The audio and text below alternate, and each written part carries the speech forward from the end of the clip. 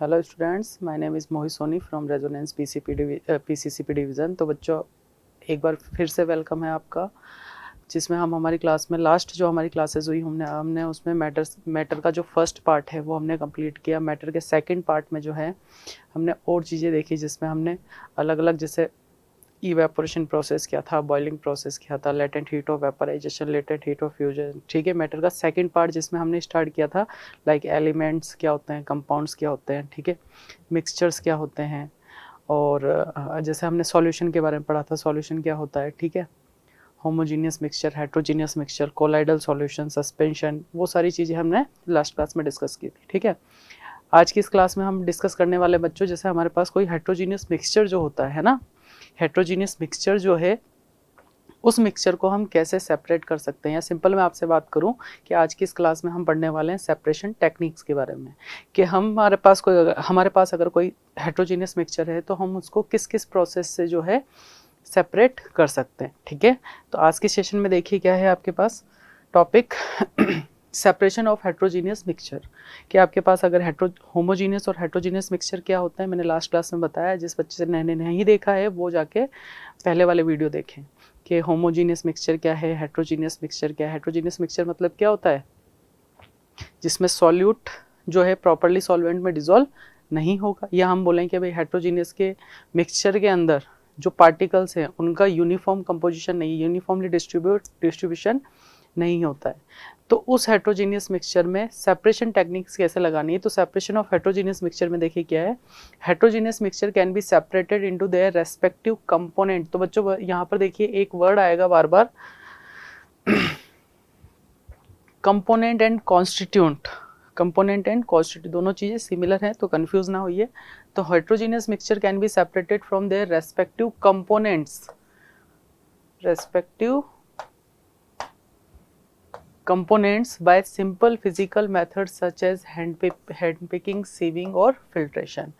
तो जो आपके हेट्रोजीनियस मिक्सचर्स जो होते हैं उनको हम, उनके जो कंपोनेंट होते हैं उनको हम सिंपल फिजिकल प्रोसेस से हम उनको सेपरेट कर सकते हैं। लाइक कौन कौन से, ये छोटी क्लासों में आपने पढ़े होंगे हैंड पिकिंग प्रोसेस, यानी जैसे मैं सिंपल सी बात करूँ आपसे, जैसे आपने अपने घरों में भी देखा होगा, जब मम्मा वगैरह जो है हमारी दालें वगैरह हो गई या हमारे गेहूं वगैरह जो हो गए उनको साफ़ करते हैं, है ना। साफ़ करने के लिए उसमें कंकड़ पत्थर वगैरह होते हैं, उसको सेपरेट करने के लिए हैंड का यूज़ करते हैं, तो हैंड पिकिंग प्रोसेस हो गया। सिमिलरली अगर मैं आपसे बोलूँ, आपके पास एक बकेट है, बकेट के अंदर मैंने डिफरेंट डिफरेंट कलर्स की जो है बॉल्स डाल दी, लाइक रेड कलर की भी है, ब्लू कलर की भी है, ग्रीन कलर की भी है। मैंने आपसे बोला इनको सेपरेट करना है, तो वहाँ पर कोई केमिकल प्रोसेस लगाएंगे आप? नहीं लगाएंगे। वहाँ पर सिंपल सा आप क्या करेंगे, फिजिकल प्रोसेस लगाएंगे, हैंड से क्या करेंगे, अलग अलग कलर्स की बॉल्स को सेपरेट कर देंगे। तो वो कौन सा प्रोसेस हो गया, हैंड पिकिंग प्रोसेस। ठीक है, नेक्स्ट है आपका सीविंग। सीविंग का सिंपल सा मीनिंग क्या होता है, छानना। ठीक है, तो बाय दी हेल्प ऑफ सीव से, यानी हम चलनी वगैरह से उसको छान सकते हैं। जैसे मैंने बोला आपके पास सैंड है या फिर रेत है जिसको हम बोल सकते हैं, उसके अंदर बड़े पार्टिकल्स भी हैं, फाइन पार्टिकल्स भी हैं, उनको सेपरेट करना है तो जो छलनी होती है, सीव जो होती है, उससे हम छान कर उसको क्या कर सकते हैं, सेपरेट कर सकते हैं। नेक्स्ट प्रोसेस है आपका फिल्ट्रेशन। तो सभी जानते हैं फिल्ट्रेशन क्या होता है। फिल्ट्रेशन प्रोसेस से भी हम हेट्रोजीनियस मिक्सचर के कंपोनेंट्स को सेपरेट कर सकते हैं। तो ये सारे प्रोसेस जो हैं बच्चों किस में आते हैं, आपके फिजिकल मेथड्स में। नेक्स्ट देखिए, generally following physical properties are considered in the separation of the constituent of a mixture. अब देखिए यहाँ पर जो है कंस्टिट्यूएंट ऑफ मिक्सचर या कंपोनेंट्स बोलें कि मिक्सचर के कंपोनेंट जो है उनको सेपरेट करने के लिए क्या क्या कंडीशंस होनी चाहिए हमारे पास। सबसे पहला है कि density of the constituent of the mixture. तो डेंसिटी जो आपके मिक्सचर है उनकी डेंसिटीज में डिफरेंस होना चाहिए, तो आप उनको सेपरेट कर सकते हैं। Melting and boiling points of the constituent of the mixture, यानी उनके मेल्टिंग और बॉइलिंग पॉइंट क्या होने चाहिए, अलग अलग होने चाहिए, तो आप क्या कर सकते हैं, उनको सेपरेट कर सकते हैं। Property of volatility of one और मोर कंस्टिट्यूएंट्स ऑफ द मिक्सचर, यानी आपके पास अगर कोई मिक्सचर है, उस मिक्सचर के अंदर दो तरह के आपके पास सब्सटेंस है, मतलब या हम बोले दो तरह के आपके पास कंपोनेंट है। समझ रहे हो इस बात को कि बच्चों आपके पास मिक्सचर है, उस मिक्सचर में दो कंपोनेंट है। एक कंपोनेंट तो आपका कैसा है, वॉलेटाइल, और एक कंपोनेंट कैसा है बच्चों आपके पास, नॉन वॉलेटाइल। तो वॉलेटाइल और नॉन वॉलेटाइल सब्सटेंस अगर कंपोनेंट्स आपके पास है मिक्सचर में, तो उसको भी हम सेपरेट कर सकते हैं सेपरेशन टेक्निक लगाकर। ठीक है। नेक्स्ट अगर बात करें solubility of the constituent of the constituent का मतलब क्या है बच्चों, कंपोनेंट्स ही है। Solubility of the constituent of the mixture in different solvent, कि अलग अलग सॉल्वेंट में जो आपका मिक्सचर है वो कैसे सॉल्युबल हो सकता है ना। तो सॉल्युबिलिटी की बेसिस पे भी हम क्या कर सकते हैं, उस मिक्सचर को सेपरेट कर सकते हैं। Ability of the constituent of the mixture of sublime, sublime word पता है ना, सब्लिमेशन प्रोसेस में आता है, तो सब्लिमेशन प्रोसेस से भी हम सेपरेशन कर सकते हैं। Ability of the component of the mixture of diffusion, diffusion process की प्रॉपर्टी की बेसिस भी हम क्या कर सकते हैं, कंपोनेंट्स को सेपरेट कर सकते हैं। आगे देखिए सेपरेशन टेक्निक। अब सेपरेशन टेक्निक कौन कौन सी हम यूज कर रहे हैं, तो सबसे फर्स्ट जो हमारे पास आ रहा है बच्चों, अगर दो सॉलिड हैं आपके पास, ठीक है, separation of mixture of two solids, यानी दो सॉलिड्स आपके पास हैं, मतलब दो कंपोनेंट हैं जिनकी फिजिकल स्टेट जो है, जिसकी स्टेट है, फिजिकल स्टेट जो है किस स्टेट में है, दोनों कंपोनेंट आपके क्या है, सॉलिड स्टेट में, और दोनों क्या है, मिक्स हैं, ठीक है। अब यहाँ पर जो हम प्रोसेस यूज कर रहे हैं, जैसे फर्स्ट प्रोसेस है बच्चों आपका कौन सा, sublimation, and second is by using suitable solvent. तो सब्लिमेशन की बात आ रही है, इट्स मीन जो दो कंपोनेंट होंगे आपस में जो मिक्स होंगे, उसके अंदर एक कंपोनेंट ऐसा होगा जिसकी प्रॉपर्टी कैसी हो, वो डायरेक्ट सॉलिड में किस में चेंज हो जाए बच्चों, गैस में या वेपर्स में। तो वहां पर हम अप्लाई कर सकते हैं कौन सी कौन सा मेथड, कौन सी टेक्निक सेपरेशन की, सब्लिमेशन की। आ रही बात समझ में। तो देखिए बाय सब्लिमेशन, तो सिंपल सा मीनिंग सब्लिमेशन क्या होता है, ये मैंने पहले भी आपको बताया। सब्लिमेशन मीन्स क्या होता है बच्चों, solid changes directly into gas, या हम बोल सकते हैं वेपर,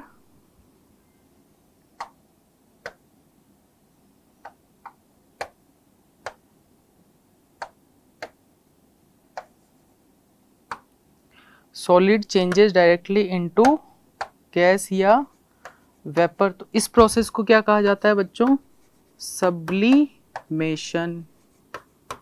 तो मैंने आपसे क्या बोला बच्चों, आपके पास मिक्सचर है, ठीक है, उस मिक्सचर में सपोज आपके पास दो कंपोनेंट, दो सॉलिड स्टेट में दोनों मिक्स हैं, तो एक तो कैसा होगा, सब्लाइम, यानी एक कंपोनेंट आपका ऐसा होना चाहिए जो सब्लिमेशन प्रॉपर्टी शो करे। इसका मतलब वो डायरेक्ट जो है किस में कन्वर्ट हो जाए, वेपर्स में, या उसकी डायरेक्ट क्या बन जाए, गैस में। तो हम कौन सी टेक्निक लगा सकते हैं बच्चों, बाय सब्लिमेशन प्रोसेस।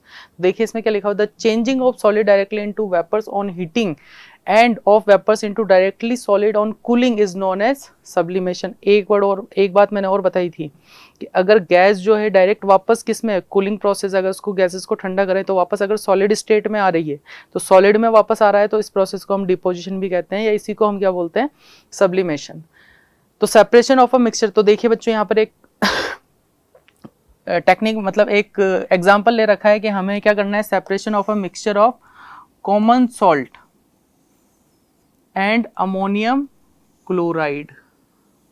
तो यहाँ पर मिक्सचर किसका है बच्चों, कॉमन सॉल्ट का और अमोनियम क्लोराइड का। और आपको ये पता है, ये मैंने आपको बताया भी है कि अमोनियम क्लोराइड जो है उसकी प्रॉपर्टी कैसी होती है, सब्लिमेशन की होती है, कि अमोनियम क्लोराइड जो है सब्लाइम सब्सटेंस है। अमोनियम क्लोराइड को अगर आप हीट करेंगे, when you heated the ammonium chloride, then ammonium chloride changes directly into gases state. तो वो सॉलिड स्टेट से डायरेक्ट किस में चेंज हो जाएगा बच्चों, सॉलिड स्टेट से डायरेक्ट किस में चेंज हो जाएगा, गैसेस स्टेट में।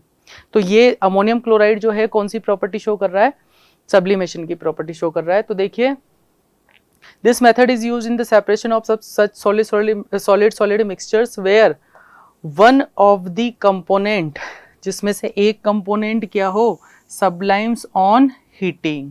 However, it is useful only if the component of the mixture do not react chemically on heating। ये कब अप्लाई होगा कि दो मिक्सचर जो हैं आपस में केमिकली रिएक्ट न करें।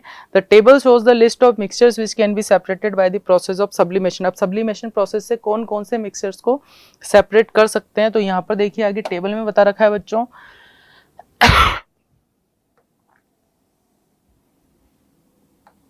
तो ये टेबल है आपके पास, ठीक है। तो बच्चों देखिए सॉलिड का मिक्सचर कौन सा है आपके पास है, common salt and ammonium chloride. इन दोनों में जो सब्लिमेबल सॉलिड है वो कौन सा है आपका, अमोनियम क्लोराइड। यहाँ पर आपके पास सेकंड एग्जांपल है sand and iodine. Sand and iodine में आयोडीन आपका क्या होगा, sublimable solid. Common salt and iodine दे रखा है, तो आयोडीन आपका कैसा होगा, sublimable solid. Sodium sulphate and benzoic acid, तो बेंजोइक एसिड कौन सा होगा आपका, sublimable solid. Iron filings and naphthalene, तो नेप्थलीन आपका क्या होगा, नेप्थलीन आपका क्या होगा, सब्लिमेबल सॉलिड होगा। ठीक है, अब इसको सिंपल एक एग्जांपल से या एक्टिविटी से, ये एक्टिविटी आपके बता भी रखी है बच्चों, देखो यहाँ पर मेथड को पढ़ेंगे, पहले यहाँ पर देखते हैं। ठीक है, यहाँ पर देखो बच्चों, डायग्राम में आपको बता रखा है, यहाँ एक मिक्सचर लिया है। ये जो मिक्सचर है बच्चों, ये मिक्सचर किसका है, mixture of ammonium chloride plus sodium chloride. It's mean यहाँ पर मिक्सचर लिया है ammonium chloride plus sodium chloride. अब अमोनियम क्लोराइड और सोडियम क्लोराइड में से सब्लिमेशन प्रॉपर्टी कौन शो करता है बच्चों, अमोनियम क्लोराइड।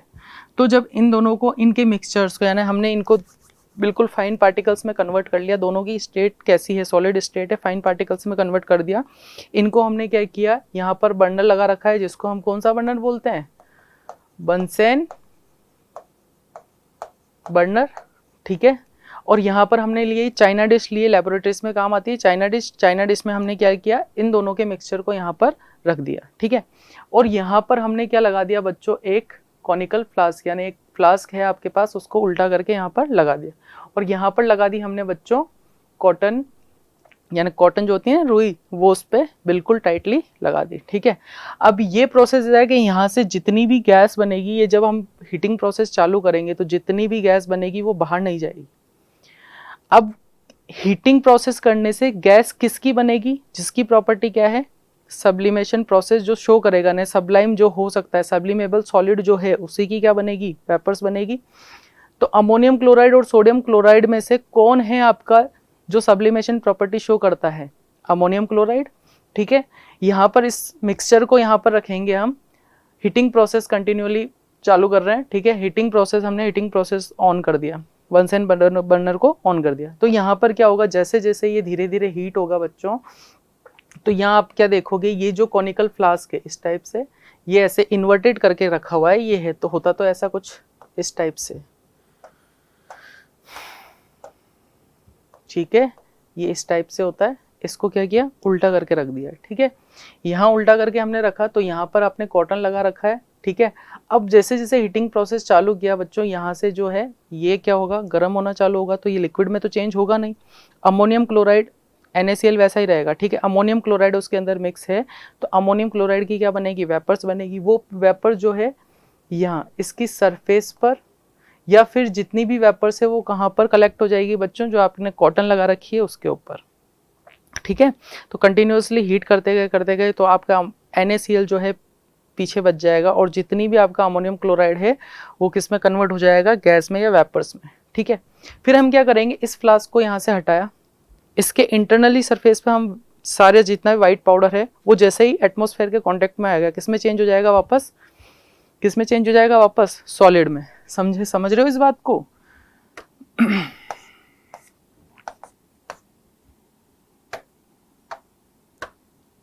मतलब बच्चों यहाँ पर अमोनियम क्लोराइड सॉलिड स्टेट में था, वो किस में चेंज हुआ, गैस में, या हम बोल सकते हैं वेपर में चेंज हुआ। ठीक है, अब ये वेपर जो है एटमॉस्फेयर के कांटेक्ट में आई तो ठंडी हो गई, कूल हो गई, और किस में चेंज हो जाएगी ये वापस, सॉलिड में। तो इसकी सरफेस पर जितनी भी वेपर्स कलेक्ट थी वो एटमॉस्फेयर के कांटेक्ट में आएगी, तो वापस किस में चेंज हो जाएगी, सॉलिड स्टेट में। सिमिलरली जो ऊपर कॉटन लगा हुआ है वो कॉटन भी एटमॉस्फेयर के कांटेक्ट में आएगा। ठीक है, यानी वहाँ पर टेम्परेचर कम है, तो एटमॉस्फेयर के कांटेक्ट में जैसे ही आएगा तो वहाँ पर जो कॉटन के अंदर वेपर्स थी वो भी किस में कन्वर्ट हो जाएगी, वापस सॉलिड में।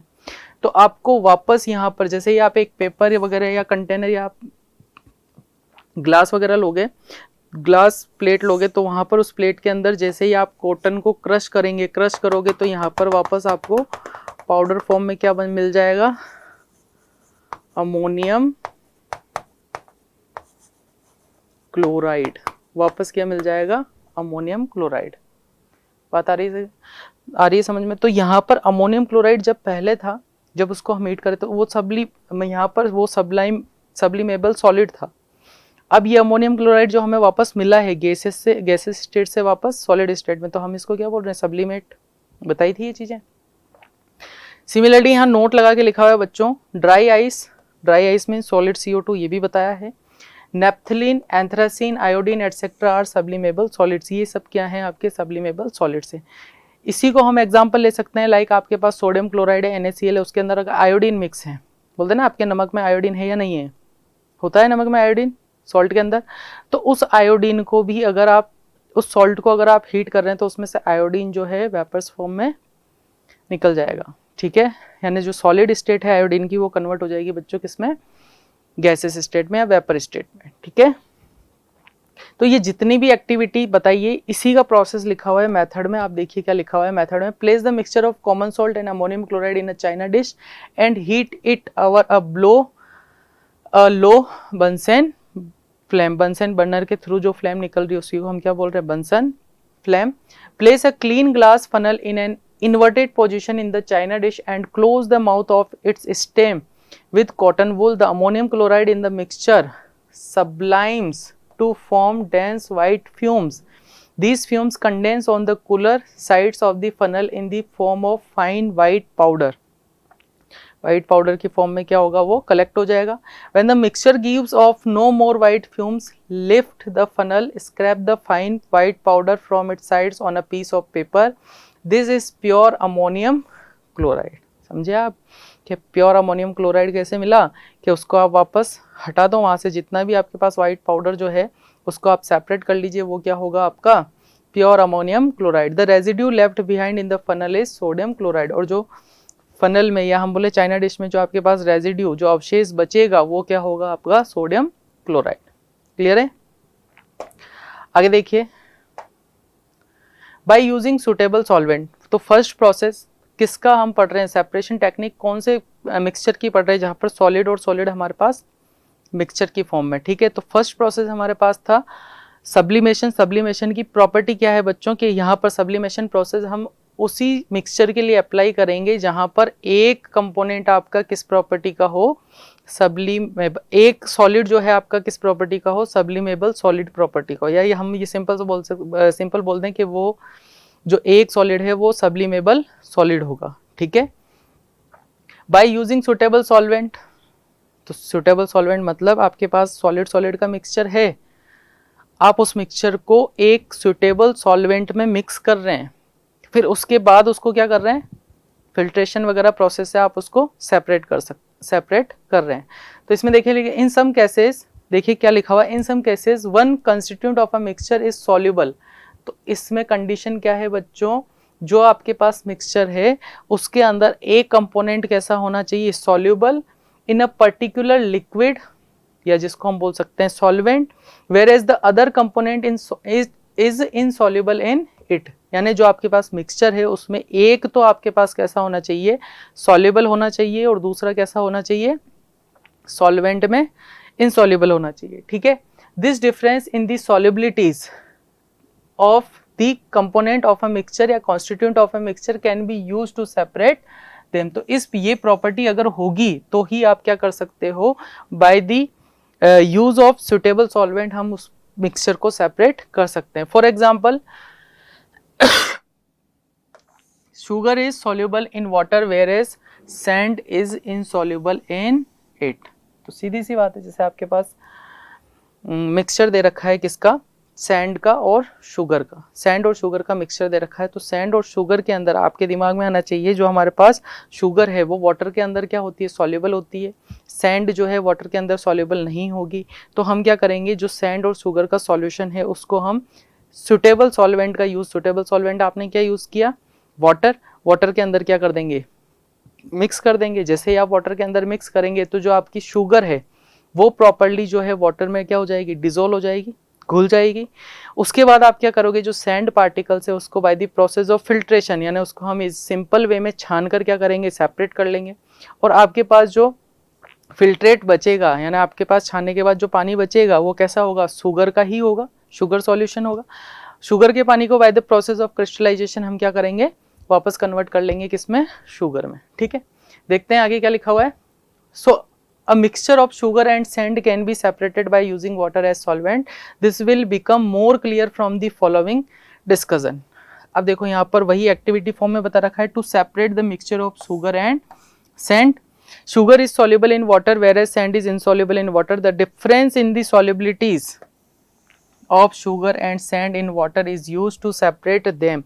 तो यहाँ पर जो बच्चों डिफरेंस आ रहा है वो किसका आ रहा है, जैसे सब्लिमेशन के केस में हमारे पास जो प्रॉपर्टी या थी या डिफरेंस था वो किसका था, सब्लिमेशन प्रॉपर्टी का था कि दो कंपोनेंट में एक कंपोनेंट कैसा होना चाहिए आपका, सब्लिमेबल सॉलिड होना चाहिए.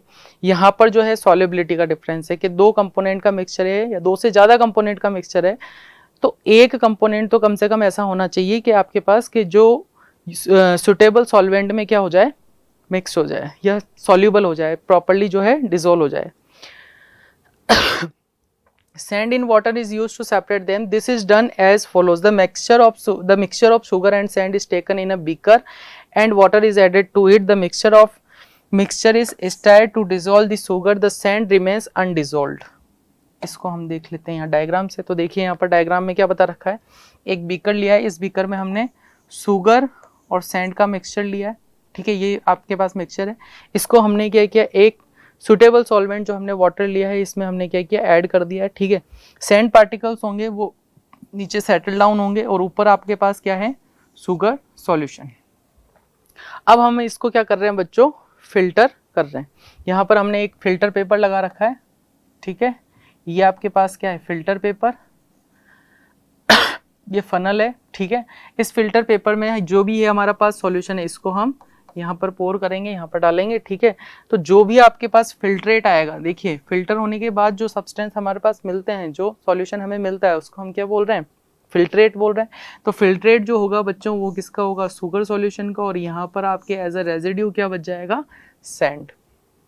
ठीक है, separation of sugar and sand mixture. The sugar solution containing sand is filtered by pouring over a filter paper kept in a funnel. Sand remains as a residue on the filter paper and sugar solution is obtained as a filtrate in the beaker kept below the funnel.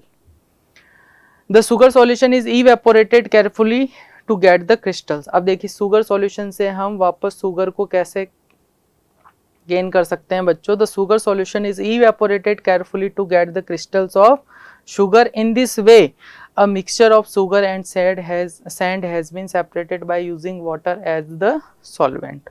बात समझ में आई, यानी water को हमने एक suitable solvent की तरह use करके क्या किया, शुगर थी उसको सेपरेट कर लिया और सैंड पार्टिकल्स जो थे उनको सेपरेट कर लिया. क्लियर है बच्चों, आगे देखिए.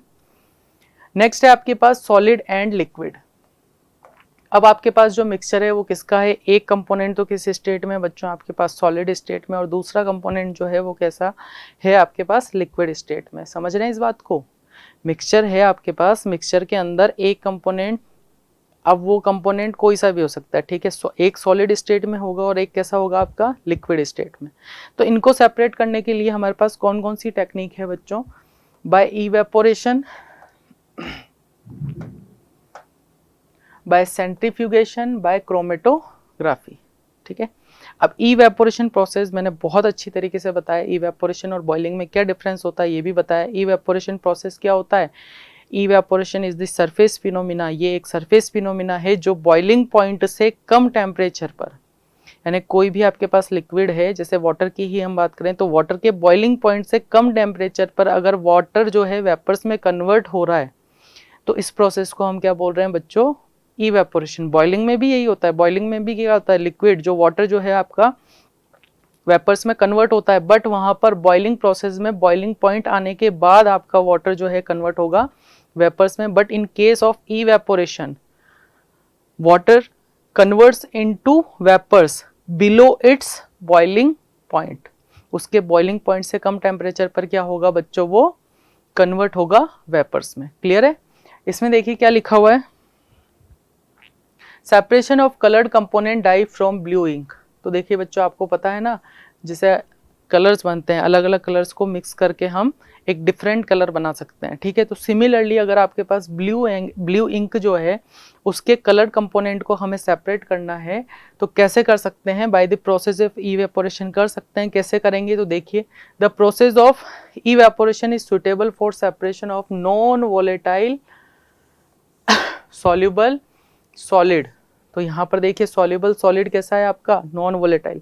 दो वर्ड बार बार आते हैं बच्चों, volatile and non volatile. Volatile means क्या होता है कि आपके पास सब्सटेंस अगर इजीली, जैसे मैंने आपसे बोला आपके पास पेट्रोल है और वाटर है ना, पेट्रोल और वाटर को सनलाइट के प्रेजेंस में आप रख दीजिए, यानी धूप में आप रख दीजिए। तो जैसे ही आप धूप में रखोगे इजीली जल्दी जो है वेपोरेशन किसका हो जाएगा, जो पेट्रोल है उसका हो जाएगा। इट्स मीन पेट्रोल जो है ज्यादा वोलेटाइल सब्सटेंस है कंपेयर टू वाटर।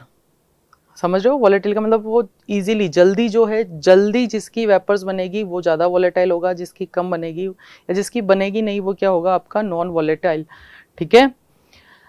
सिमिलरली ऐसे तो वाटर भी है आपका, लेकिन कंपैरिजन किया मैंने आपका पेट्रोल का और वाटर।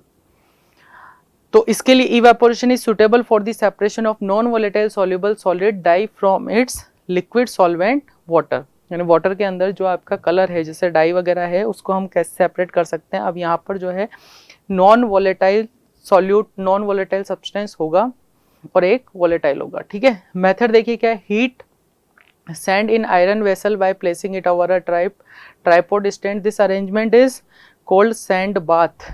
अब ये अरेंजमेंट कैसा है बच्चों, यहाँ पर देखो एक डायग्राम से हम समझते हैं। यहाँ पर हमने किया सैंड बाथ। सैंड बाथ का मतलब यहाँ पर आपके पास वायर गेज लगा हुआ है, वायर गेज मतलब जाली है, इसके ऊपर हमने चाइना डिश रखी है और यहाँ पर हमने क्या डाल दिया, थोड़ा सा सैंड डाल दिया, रेत डाल दिया, ठीक है। रेत के ऊपर हमने क्या रखी, चाइना डिश को रखा। अब रेत क्यों रखा, क्योंकि बच्चों यहाँ पर जब हीटिंग प्रोसेस हम करेंगे तो जैसे ही आप, अगर रेत नहीं होती तो चाइना डिश जो है डायरेक्ट क्या होती, हीटिंग प्रोसेस जो कर रहे हैं हीट के कांटेक्ट में, बंसन बर्नर के डायरेक्ट कांटेक्ट में आती, और डायरेक्ट आती तो हीटिंग बहुत ज़्यादा होती है। और हमें हीटिंग बहुत ज़्यादा नहीं चाहिए, बहुत कम चाहिए, धीरे धीरे चाहिए। सिंपल मैं आपको बताऊं, जैसे आप लोग देखते होंगे मूंगफली वगैरह सेकते हैं ना, मतलब घरों में ही हम मूंगफली वगैरह जो है, मूंगफली जो आती है उसको सेकते हैं, है ना। तो सेकते हैं उसको, डायरेक्ट सेकते हैं तो जो है बाहर से तो पूरी जल जाती है, बट इंटरनली जो है वो कच्ची रह जाती है, होती है ना। तो इंटरनली कच्ची रह जाती है। अगर उसी मूंगफली को आप कढ़ाई के अंदर थोड़ा सा अगर आप रेत डालकर फिर उस मूंगफली को उसके अंदर मिक्स करके धीरे धीरे सेके तो धीरे धीरे इंटरनली जो है वो अंदर तक क्या होगी, पूरी सिक जाएगी। तो यहाँ पर भी हमें जो है हीटिंग पूरी नहीं चाहिए, यानी हीटिंग प्रोसेस बिल्कुल धीरे धीरे चलता रहे। तो उसलिए यहाँ पर हमने क्या बना दिया, सैंड बाथ बना दिया। उससे क्या होगा, हीटिंग प्रोसेस जो है कंटिन्यूसली पूरी हीट जो है चाइना डिश तक नहीं पहुँचेगी, धीरे धीरे जो है वो। यहाँ पर हमने मिक्सचर लिया है किसका, जैसे हमारे जो सेपरेट करना है ब्लू इंक जो है उससे से कलर कंपोनेंट को सेपरेट करना है, ब्लू इंक इसके अंदर डाल दी तो धीरे धीरे जो ये प्रोसेस यहाँ पर चलेगा, जैसे जैसे हीटिंग प्रोसेस चलेगा वैसे वैसे कलर कंपोनेंट क्या हो जाएंगे, सेपरेट हो जाएंगे।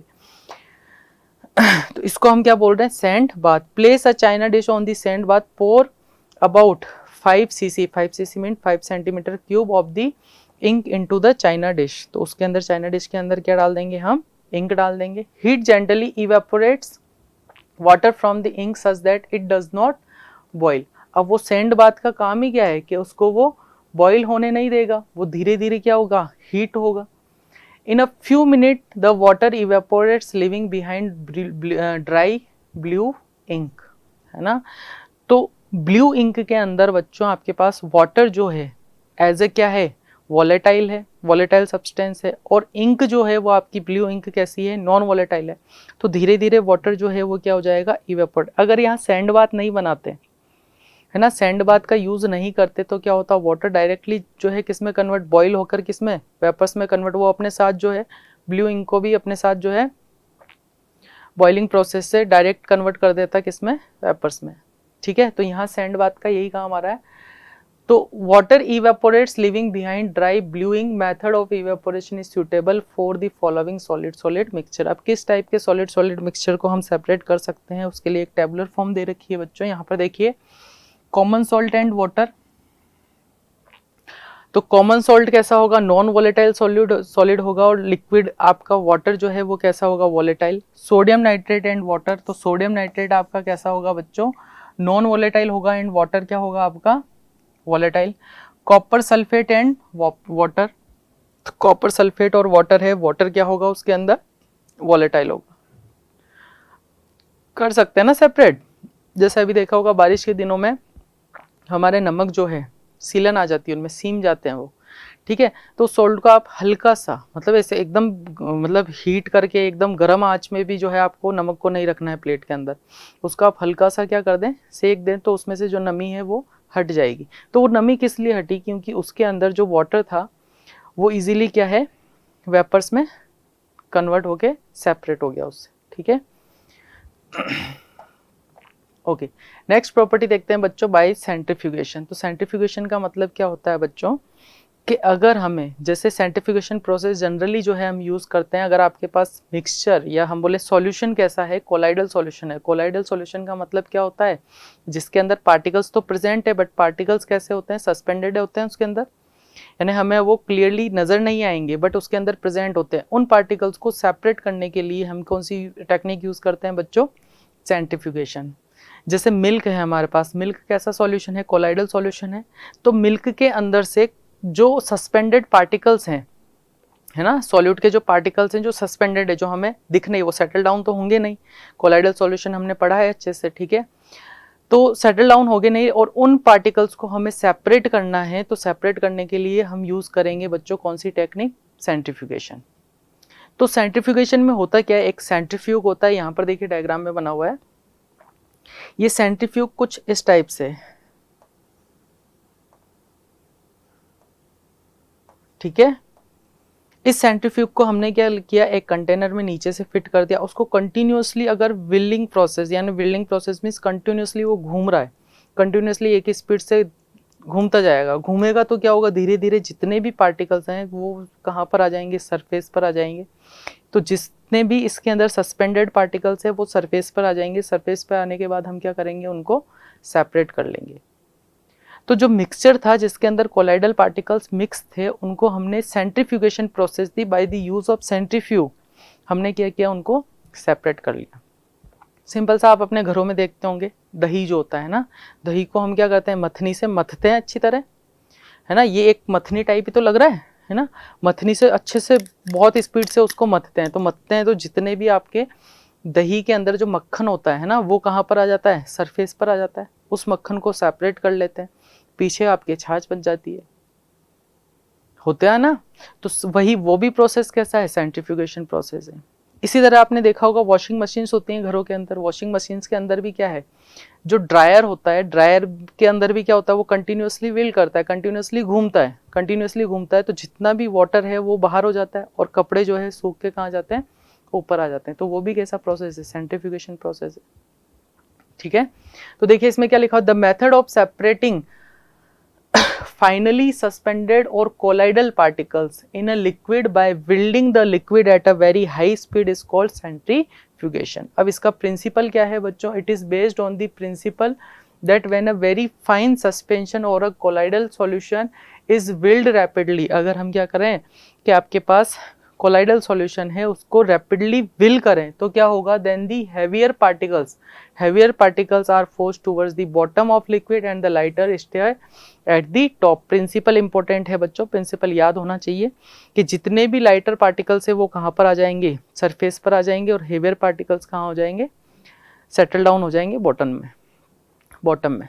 तो हमारे पास मिल्क वगैरह, इसके अंदर फैट, कार्बोहाइड्रेट, प्रोटीन्स वगैरह, इनके क्या होंगे, पार्टिकल्स होते हैं, सस्पेंडेड होते हैं, और ये लाइट होते हैं। तो लाइट होते हैं यहाँ का, ये कहाँ पर आ जाते हैं, बिल्डिंग प्रोसेस से सरफेस पर आ जाते हैं, ठीक है। Separation of cream from milk, तो क्रीम फ्रॉम मिल्क यानी मिल्क से क्रीम को हम कैसे सेपरेट कर सकते हैं, ये मैंने आपको बता दिया। तो देखिए इसमें क्या लिखा हुआ है, the process of centrifuging is employed in separating cream from milk, this process is generally employed in separating colloidal solution which is easily pass through the filter paper. आगे देखिए एप्लीकेशन ऑफ सेंट्रीफ्यूगेशन, सेंट्रीफ्यूगेशन की applications कहाँ पर है बच्चों। First लिखा हुआ है मिल्क डेयरीज में for the separate of cream from the milk.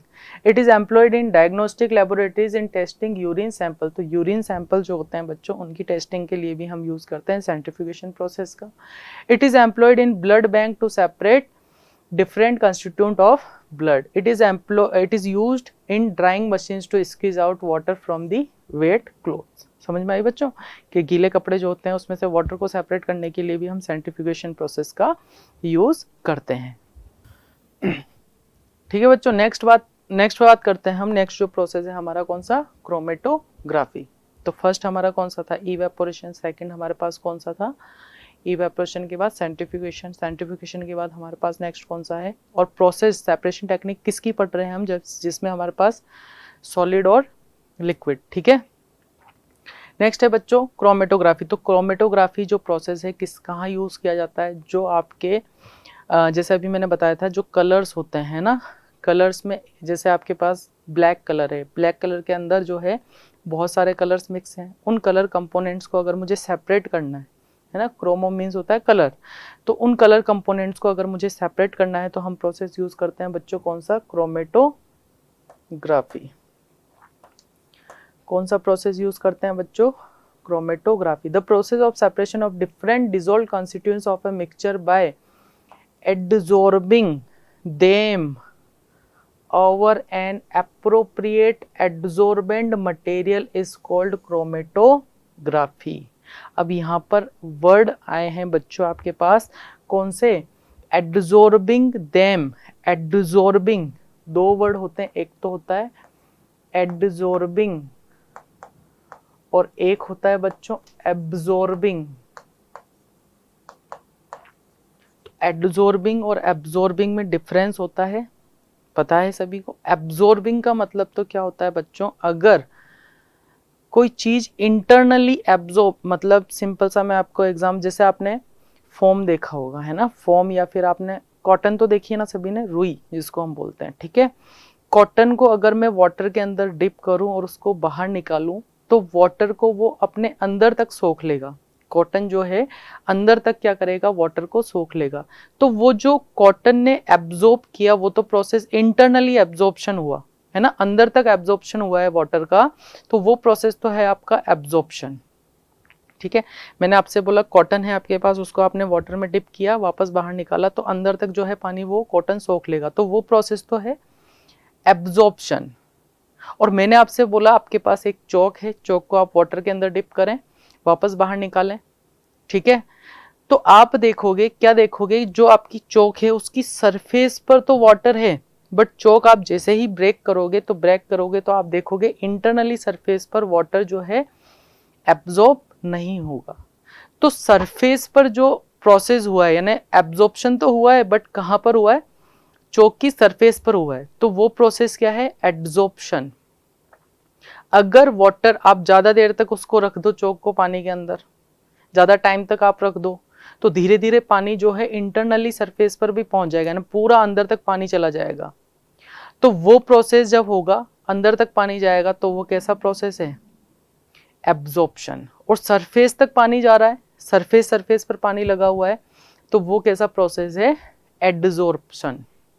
जैसे दीवारों पर पेंट करते हैं ना, दीवारों पर पेंट करते हैं ना, तो दीवारों पर पेंट करते हैं तो सरफेस पर हो रहा है, ऊपर हो रहा है, तो वो है एडजॉर्प्शन. अगर पेंट अंदर तक जाता है क्या, दीवारों में नहीं जाता, अंदर तक नहीं जा रहा है, तो इसका मतलब वो प्रोसेस जो है एडजॉर्प्शन है. ठीक है, बात समझ. एब्जॉर्प्शन और एडजॉर्प्शन में डिफरेंस पता होना चाहिए. तो यहाँ पर भी यही क्रोमेटोग्राफी प्रोसेस में क्या होगा, एक एडजॉर्बेंट मटेरियल होगा आपके पास. एडजॉर्बेंट मटेरियल मतलब जिसकी प्रॉपर्टी कैसी हो, जो एब्जॉर्प्शन प्रोसेस शो तो करे, लेकिन कहाँ पर करे, केवल सरफेस पर. ठीक है, तो एडजॉर्बेंट मटेरियल की हेल्प से हम क्या कर सकते हैं, डिफरेंट कंपोनेंट्स को सेपरेट कर सकते हैं. The adsorbent medium is generally magnesium oxide. अब एडजॉर्बेंट जो मीडियम है वो कौन कौन से होते हैं, मैग्नीशियम ऑक्साइड हो गया, एल्यूमिना हो गया, या फिल्टर पेपर हो गया.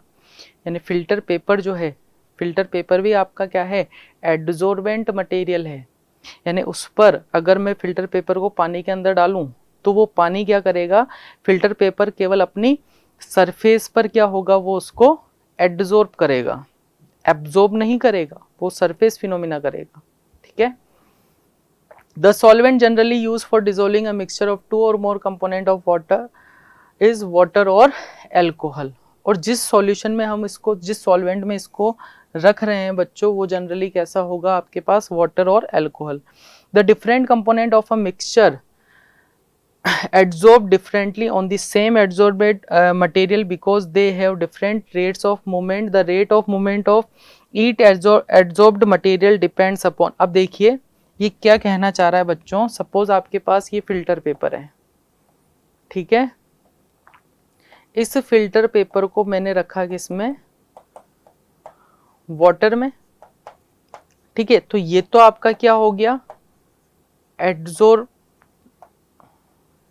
एडजॉर्ब्ड मटेरियल, ठीक है, ये एडजॉर्ब्ड मटेरियल है आपका, और ये आपका क्या है, वाटर सॉल्वेंट है। ये धीरे धीरे अपनी सरफेस पे क्या करेगा, इसको एडजॉर्ब करेगा। अब ये जो रेट ऑफ मूवमेंट है ना, ये जो यहाँ पर एब्जॉर्प्शन हो रहा है, वो किस पर डिपेंड करता है, relative solubility of the constituents of mixture in a given solvent. यानी इस सॉल्वेंट के अंदर जो कंपोनेंट्स हमें सेपरेट करने हैं, सपोज यहाँ पर इस फिल्टर पेपर पर मैंने कोई कलर कंपोनेंट लगा दिया, जैसे मैंने ब्लैक कलर की इंक लगा दी, ठीक है, ये ब्लैक कलर का मैंने कोई डॉट लगा दिया। अब वो डिपेंड करता है इसका सेपरेशन जो होगा, ये यहाँ पर जो सॉल्वेंट है वो किस रेट से इसके अंदर वो कितना सॉल्युबल है, यानी कितना सॉल्युबल है, उसी के अकॉर्डिंग उसका सेपरेशन होगा। The relative solubility of the component of a mixture in a given solvent, the relative affinity of the constituent of mixture for the adsorbent medium, और relative affinity पर भी डिपेंड करेगा वो किस स्पीड से जो है सेपरेट होगा, ठीक है। तो सॉल्वेंट के अंदर कितना वो सॉल्युबल हो सकता है, उसका सॉल्युबिलिटी पर डिपेंड करेगा कि वो कितनी जल्दी जो है वो सेपरेट होगा। इफ अ फिल्टर पेपर, ये चीज याद रखिएगा बच्चों, अगर हम क्रोमेटोग्राफी के लिए फिल्टर पेपर का यूज कर रहे हैं तो उस प्रोसेस को कहा जाएगा पेपर क्रोमेटोग्राफी। अगर हम यूज कर रहे हैं फिल्टर पेपर का, is used as adsorbent material for the separation of various component of mixture, then this method of separation of mixture is called paper chromatography. Paper chromatography is very useful in separating various component of colored solute present in a mixture of lime, ink, dyes etc. Note लगा के लिए, chroma means क्या होता है, colour in Greek language, and technique of chromatography was first applied for the separation of colour, so this name was given as chromatography. ठीक है बच्चों, आगे देखिए। अच्छा, अब इस मेथड में क्या दे रखा है मैं आपको डायग्राम से एक्सप्लेन कर देता हूँ, ठीक है। ये मेथड आप लोग खुद पढ़िएगा, डायग्राम में हम समझते हैं हमने किया क्या है। तो यहाँ पर देखो बच्चों, हमने क्या किया, एक फिल्टर पेपर लिया, ठीक है। इस फिल्टर पेपर पे मैंने यहाँ पर क्या किया, एक ब्लैक कलर की इंक जो है उसका डॉट लगा दिया, ठीक है। इसको मैंने एक ग्लास रोड से क्या कर दिया, अच्छे से यहाँ पर स्टिक कर दिया, चिपका दिया। फिर इस ग्लास रोड को मैंने क्या किया, उठा के इसको मैंने एक कंटेनर में रखा। देखो यहाँ पर लगा हुआ है, ये बता रखा है कितने सेंटीमीटर का लिया है, कितने का नहीं लिया है। 22 सेंटीमीटर है, यहाँ से 7 सेंटीमीटर पे हमने एक डॉट लगा दिया, 5 सेंटीमीटर इसकी थिकनेस है, ठीक है। इसको मैंने क्या किया, एक कंटेनर है ग्लास का, उसके अंदर रख दिया, मतलब मैंने इसको यहाँ पर रख दिया, इसके अंदर ग्लास के कंटेनर में, ठीक है। और यहाँ पर जो है मैंने water as a solvent use किया है, मतलब यहाँ पर जो है वाटर एज ए सॉल्वेंट। अब यहाँ पर मैंने एक हल्की सी लाइन बना दी कि यहाँ तक जो है वाटर जो है, यानी ये वाला जो इसका पार्ट है वो थोड़ा सा पार्ट जो है वाटर में डिप रहेगा, वाटर में डूबा रहेगा। क्यों, ताकि ये जो फिल्टर पेपर है धीरे धीरे bye the process of adsorption, bye the process of adsorption, यानी धीरे धीरे एडजॉर्प्शन प्रोसेस जब होगा, ये धीरे धीरे अपनी सरफेस पर क्या करेगा बच्चों, वाटर को अपनी सरफेस पर एडजॉर्ब करेगा। तो जैसे जैसे एडजॉर्प्शन होगा, तो ये मतलब 1-2 घंटे के लिए इसको ऐसे ही छोड़ देंगे। तो 1-2 घंटे बाद आप 1 to 2 आवर्स बाद आप क्या देखोगे, इस ब्लैक कलर के इंक के अंदर जितने भी कलर कंपोनेंट है वो, ये तो आपका देखिए ओरिजिनल स्पॉट है।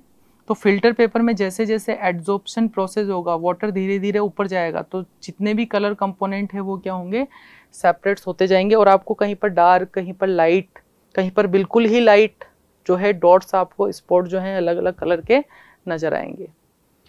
अरिवासन, तो इस प्रोसेस से हमने क्या किया, ब्लैक कलर की जो इंक थी उसमें से जो कलर कंपोनेंट है वो धीरे धीरे क्या हो जाएंगे, सेपरेट हो जाएंगे। तो यहाँ पर लिखा हुआ है sports of different component separated by solvent. तो उस सॉल्वेंट की वाटर जो हमारे पास सॉल्वेंट था उसने बाय फिल्टर पेपर यूज कर रहे हैं तो ये पेपर क्रोमेटोग्राफी हो गया। तो bye the process of adsorption, धीरे धीरे एड्जॉर्प्शन प्रोसेस हुआ, तो वहां से हमने क्या किया, जो आपकी ब्लैक कलर की इंक थी उसमें से जो कलर कंपोनेंट थे वो धीरे धीरे क्या हो जाएंगे, ये सेपरेट हो जाएंगे। आई बात समझ में? The filter paper with separated bands of various component of a coloured substance is called chromatogram. अब ये जो कलर कंपोनेंट आने के बाद जो फिल्टर पेपर है हमारा वो क्या कहलाएगा, क्रोमेटोग्राम। ठीक है। अब इसकी एप्लीकेशन क्या है बच्चों, it is use to separate colours from dye, dye में से अलग अलग कलर को सेपरेट करना है तो उसके लिए हम यूज कर सकते हैं। It is use in the separation of amino acids, it is use in the separation of sugar from urine, urine के अंदर जो शुगर वगैरह होती है उसकी टेस्टिंग भी इसी प्रोसेस से की जाती है। It is use in the separation of drugs from the samples of blood, यानी ब्लड सैंपल के अंदर ड्रग्स वगैरह की कितनी प्रेजेंस है वो भी हम क्रोमेटोग्राफी प्रोसेस से पता लगा सकते हैं। लेबोरेटरीज में यही यूज आता है क्रोमेटोग्राफी प्रोसेस। क्लियर है बच्चों? तो आज की क्लास में इतना ही, जिसमें हमने देखा सेपरेशन टेक्निक्स किसके बारे में, सॉलिड सॉलिड मिक्सचर था हमारे पास और सॉलिड और liquid mixture. Solid solid mixture में कौन कौन से प्रोसेस थे ये पता होना चाहिए, उनके प्रिंसिपल्स क्या थे ये आपको पता होना चाहिए। ठीक है। नेक्स्ट हमने जो टेक्निक पढ़ी सॉलिड और लिक्विड मिक्सचर्स की, उसमें इवेपोरेशन क्या था, सेंट्रीफ्यूगेशन क्या था, क्रोमेटोग्राफी क्या था, ये सारी चीज़ें आपको पता होनी चाहिए। ठीक है बच्चों, नेक्स्ट क्लास में हम बात करेंगे और सेपरेशन टेक्निक्स की। तब तक के लिए thank you, have a nice day, bye.